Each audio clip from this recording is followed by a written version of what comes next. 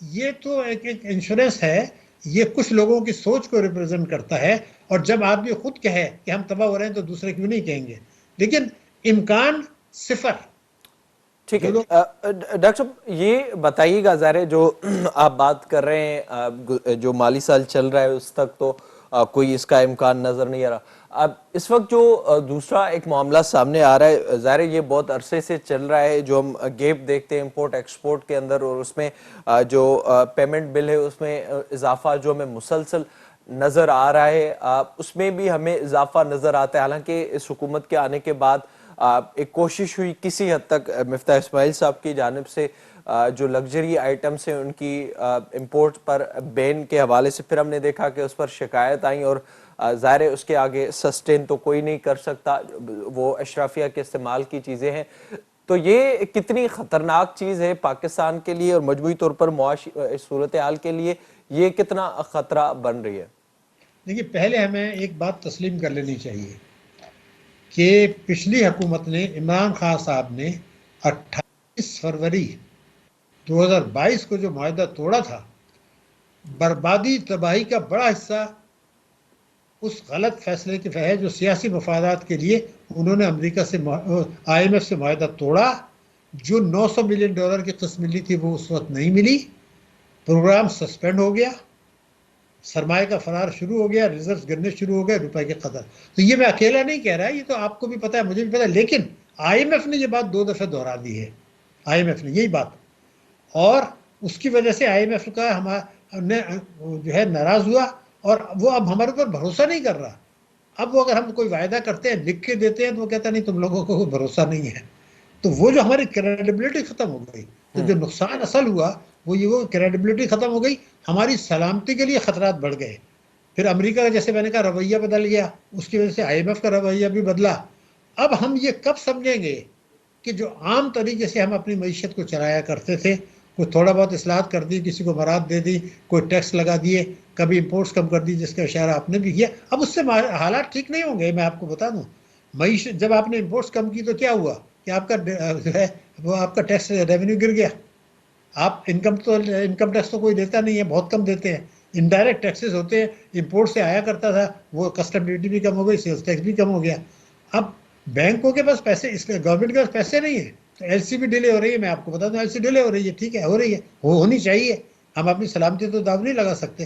لیکن جب اتنی بڑی مصیبتیں چاروں ایک ساتھ آئیں، سیلاب بھی آ گیا، امریکہ کا رویہ بھی بدل گیا، سرمایہ کا فرار بھی ہو گیا، آپ نے یہ دیکھ لیا کہ آپ کے ڈیفالٹ کی باتیں ہونے لگیں، کریڈٹ ڈپازٹ جو سواپ ہے اس کا انشورنس پریمیم بڑھ گیا. یہ اور نیا پاکستان سرٹیفکیٹ میں $650 بلین نکل گئے، آپ کے سامنے نکلے. تو جب یہ صورتحال ہے تو ہم کبھی بیٹھ کے ڈاکٹر صاحب یہ سوچیں کہ یہ 2013 یا 2016 نہیں ہے جب اسٹیٹ بینک پر ان کا اثر چلتا تھا، جب وہ روپے کی قدر کو کنٹرول کرتے تھے، اسٹیٹ بینک ان کے کہنے پہ چلتا تھا. امریکہ کے کہنے سے IMF جو ہے، وہ جو امریکہ کہتا تھا کہ پاکستان کی مدد کرنی ہے، ہم جو کہتے تھے IMF کہتا تھا. ٹھیک ہے، ہماری 12 سے زیادہ غلطیاں انہوں نے فراموش کر دی، ویور دے دیا. اب وہ غلطیاں تلاش کرتے ہیں. تو جب یہ دنیا کا رویہ بدلا، ہمارے آپس کا مطلب بدل گیا، جب پاکستان میں مشکلات آتی ہیں تو سیاسی ہنگامہ آرائی شروع ہو جاتی ہے. حالانکہ ہم نے سنا خاندان میں اگر مصیبت آئے تو لوگ اکٹھے ہو جاتے ہیں، دشمن بھی اکٹھے ہو جاتے ہیں آپس میں، کہتے ہیں جی پہلے اپنے آپ کو. ہمارے ملک میں الٹا ہو رہا ہے کہ جب مصیبتیں بڑی، دنیا کی دشمنی ہمارے گرد آئی، تو ہمارے سیاستدان نے بھی اپنی ہڑتال کر دیا، جناب ہم گھیر لیں گے، ہم اسلام آباد میں آ جائیں گے، ہم 26 تاریخ کو یہ کر لیں گے. تو یہ کیا ہو رہا ہے؟ یہ عدالتوں میں بھی کیسز شروع ہو گئے. جب یہ حالت ہوتی ہے تو پھر دنیا سوچتی ہے کہ یار پتہ نہیں کیا حالت ہے. دوست ممالک جنہوں نے پیسہ دینا تھا وہ بیٹھ گئے، خاموش ہو گئے. اب وہ جو لوگ پاکستان میں ریمیٹنس بھیج رہے تھے وہ بھی ڈر گئے. لیکن وہ ڈرے اتنا نہیں ہے، وہ جو روپے کی وہ ہمارا ہے کھلی منڈی میں، اس میں فرق بڑھ گیا. تو وہ کہتے ہیں یار 4-5 روپے کا فرق ہے، چلو اس کو ہنڈی سے بھیج دیتے ہیں، بڑا فرق ہے. تو ان چیزوں کو سوچ کے بیٹھیں، سنجیدگی سے سوچیں، سب بیٹھیں، ظاہر ملک کو بچائیں. اس کا کوئی حل نکال. ڈاکٹر صاحب جو اس پورے معاملے میں ظاہر ایک تو ہم نے جو لوکلی صورتحال دیکھی، آپ نے جس سے ذکر کیا، فروری میں معاہدے کی خلاف ورزی کے بعد رویوں میں تبدیلی آئی، اس کے بعد شرائط سخت ہوئی، پھر مفتاح اسماعیل کو لایا گیا، اور وہ ڈالر کو جب کنٹرول نہیں کر پائے تو ڈار صاحب کو لایا گیا. یہی بات اس وقت کہی گئی کہ ڈار صاحب ڈالر کو کنٹرول کریں گے. اس وقت جو ایک تو پاکستان کے اندر جو ہم صورتحال دیکھ رہے ہیں پالیسی نہ ہونے کی وجہ سے جو معاشی صورتحال ہمیں نظر آ رہی ہے, دوسرا ہم نے یہ دیکھا سیلاب کی تباہی کی وجہ سے معیشت کو نقصان پہنچا, اور اس وقت جو گلوبلی ایک انفلیشن کی صورتحال ہے اس کا جو امپیکٹ نظر آ رہا ہے, آنے والے دنوں میں آپ انفلیشن کو خاص طور پر کہاں پر دیکھ رہے ہیں؟ اور اس کے ساتھ ہی یہ بھی ایڈ کیجئے گا جو نچلی سطح تک ہمیں چیزیں نظر آ رہی ہیں اس پر پرائز کنٹرولنگ اتھارٹی کے نام پر ہمیں کوئی چیز نظر نہیں آتی, جس کی وجہ سے جو دکاندار ہے یا پھر جو ریٹیلر ہے اس سے پہلے سے یہ شروعات ہوتی ہے اور کوئی چیک اینڈ بیلنس نہ ہونے کی وجہ سے اپنی منمانی ایک ہمیں نظر آ رہی ہے نچلی سطح تک.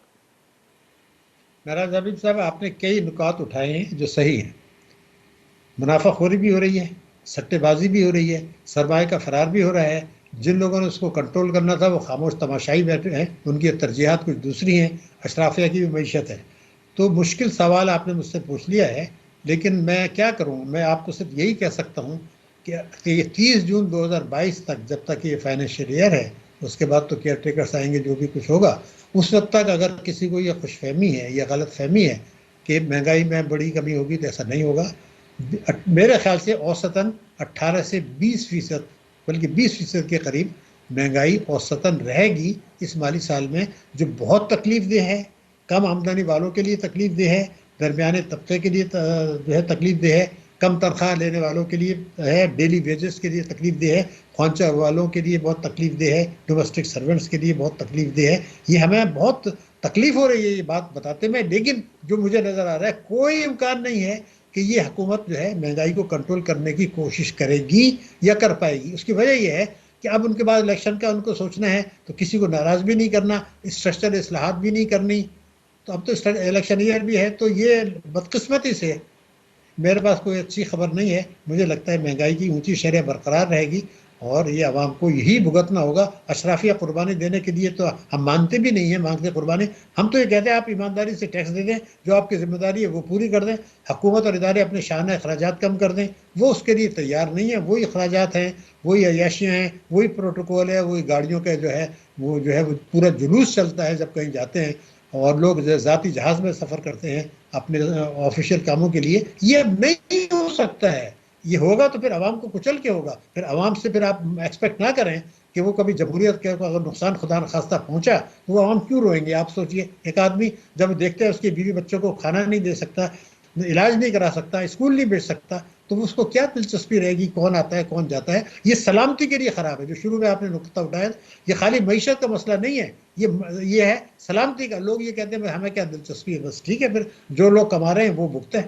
تو یہ چیز ہے, خوف آتا ہے. اپنی اصلاح کریں, آپ لوگوں کو ایجوکیٹ کریں, بتائیں, حکومت حکمرانوں کو بھی بتائیں, عوام کو بھی بتائیں کہ وہ کھڑے ہوں. ہر بات زندہ باد کہنا مسئلے کا حل نہیں ہے. اپنی پریشانیوں کو بتائیں, جلوس میں جائیں تو پکڑیں ان کو, سیاست دانوں کو, کہ آپ بتائیے آپ نے کیا کیا ملک کے لیے, آپ نے عوام کے لیے کیا کیا, آپ نے تعلیم کے لیے کیا کیا. وہ باتیں نہیں ہو رہی ہیں.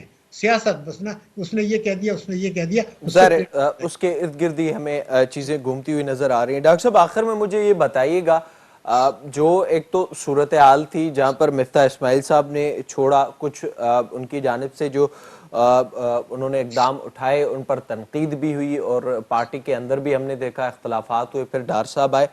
تو کیا آپشنز تھے جن کو ڈار صاحب استعمال کر سکتے تھے؟ کم از کم یہ ہوتا کہ پالیسی سامنے آ جاتی کہ جو ملک کی معیشت ہے وہ صحیح سمت پر جا رہی ہے.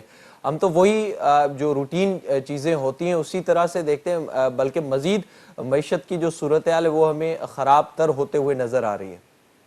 آپ نے بالکل صحیح کہا, سارے باتیں آپ کی صحیح ہیں.